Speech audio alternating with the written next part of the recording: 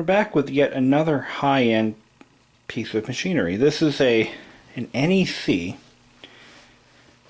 an AMD K6 2 with 3D Now.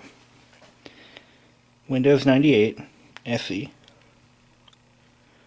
And it's all there from the looks of it. Built-in modem.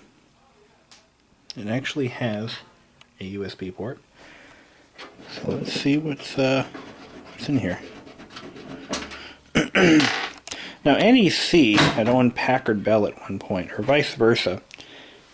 And interesting. Huh. So this could very well the hell? That's the front label. It had 450 megahertz AMD K6, 64 megs of RAM, a 13 gig hard drive, a 40x CD-ROM, and a 56K modem. This was the NEC Ready GT100. Okay, we can throw that away. Alright, well, let's see what's in here.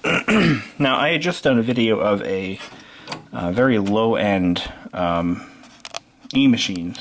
Actually, it was a high-end e-machines, but in the grand scheme of things, it was an e-machine, so therefore it was low-end. This is kind of cool. It actually has a 16-bit ISO slot still. You know how long it's been since I've seen one of those? It's been a while. Excuse me. This has an SIS 530 logic board. I think they made the logic board, actually. I'm not entirely sure about that. Any other markings on this board as far as...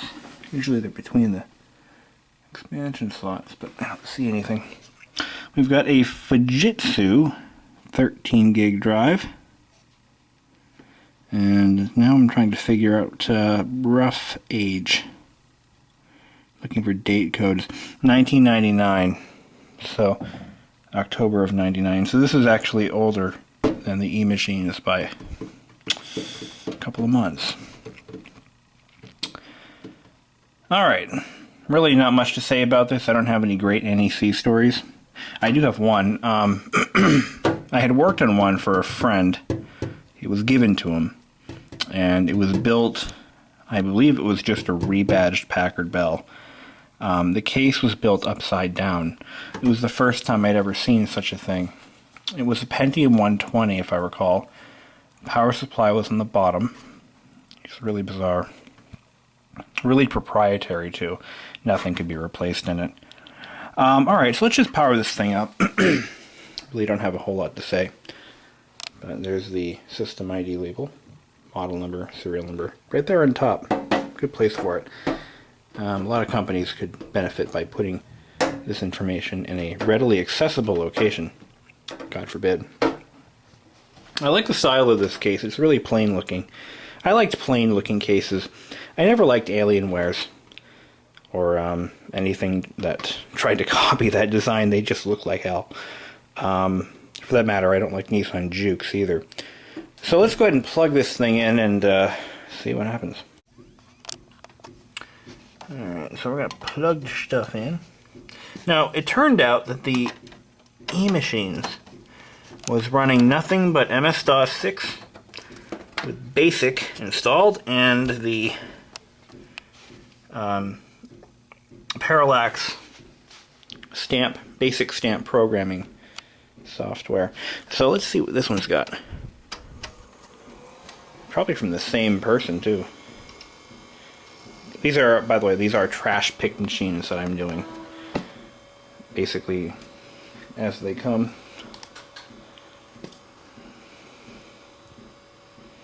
Let's see if we can get anything out of this thing. Oh, it looks like it's posting. There we go. Oh, this one has Grub installed. So it actually has, I'm going to say, it probably has some flavor of Linux on it. So the Grub bootloader.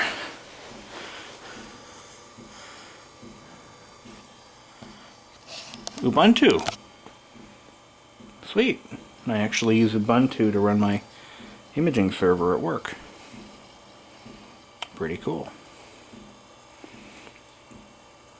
So it looks like both of these machines were owned by somebody who knows something. Probably smarter than I am, obviously. I don't really like Linux that much. Not that it's bad, I just don't understand it sometimes. I'm getting better. It's just taking some time. It's doing a routine check. Skip that. I don't really need to. Probably got shut down wrong, that's all. This looks like an older version of Ubuntu. I don't know what version it would be, but we'll find out.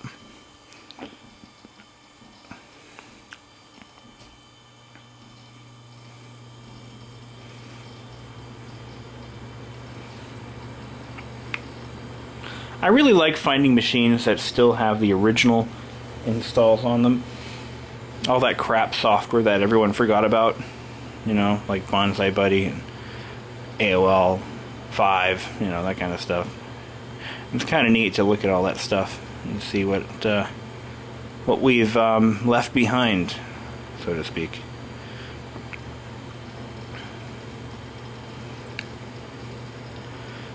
Machine sounds healthy, no unusual fan noises. I kind of expected some groaning and grinding. Hard drive sounds pretty good. Oh, son of a...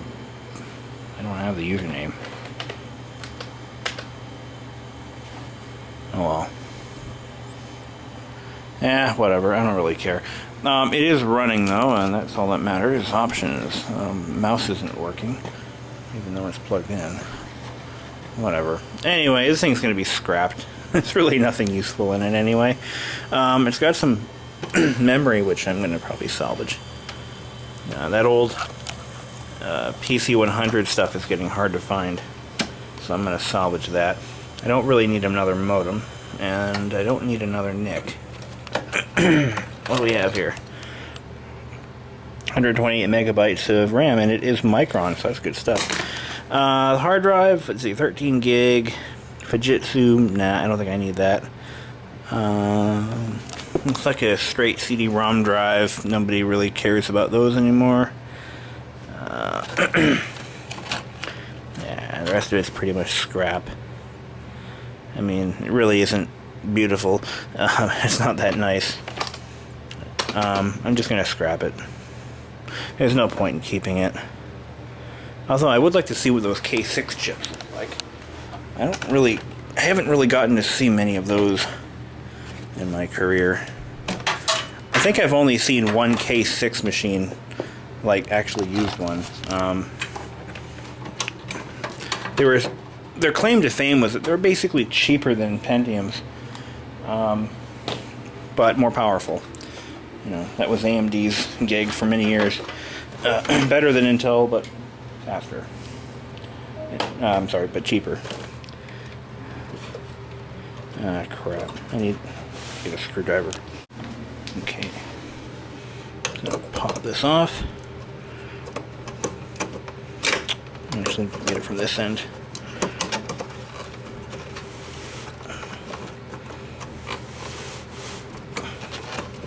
Ah, hell. There we go. Sometimes a pain in the neck to remove. Alright. This is a socket 7. And if I'm not mistaken, back in those days, a socket 7 could accept an AMD or an Intel processor. I know at one time they were interchangeable.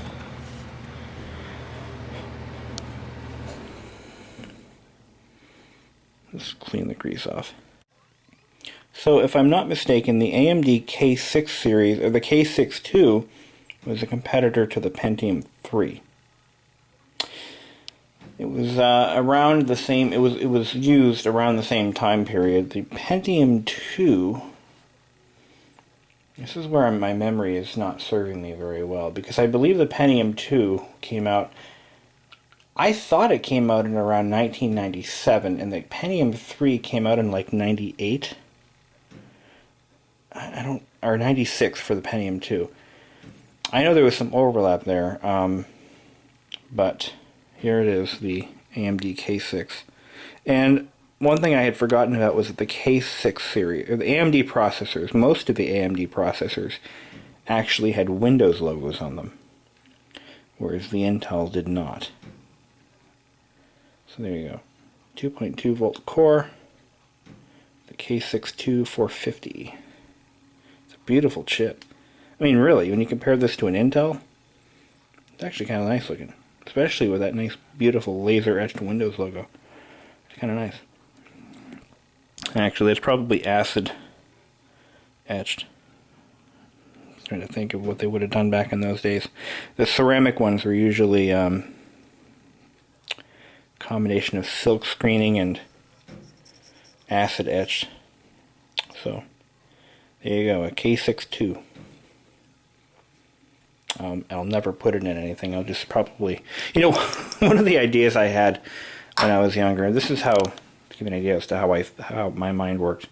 My goal was to have my first house. I wanted to tile the bathroom in 486 processors, the ceramic packaged ones. The whole bathroom in 486 processors, or the backsplash. Yeah, it never happened. And the sad part is, I could have made it happen if I had started hoarding processors when I had the opportunity, but now, if you want a 486, they're kind of hard to come by. Because a lot of them were scrapped already for gold. Whatever. So I have 2 machines now to scrap, and yay!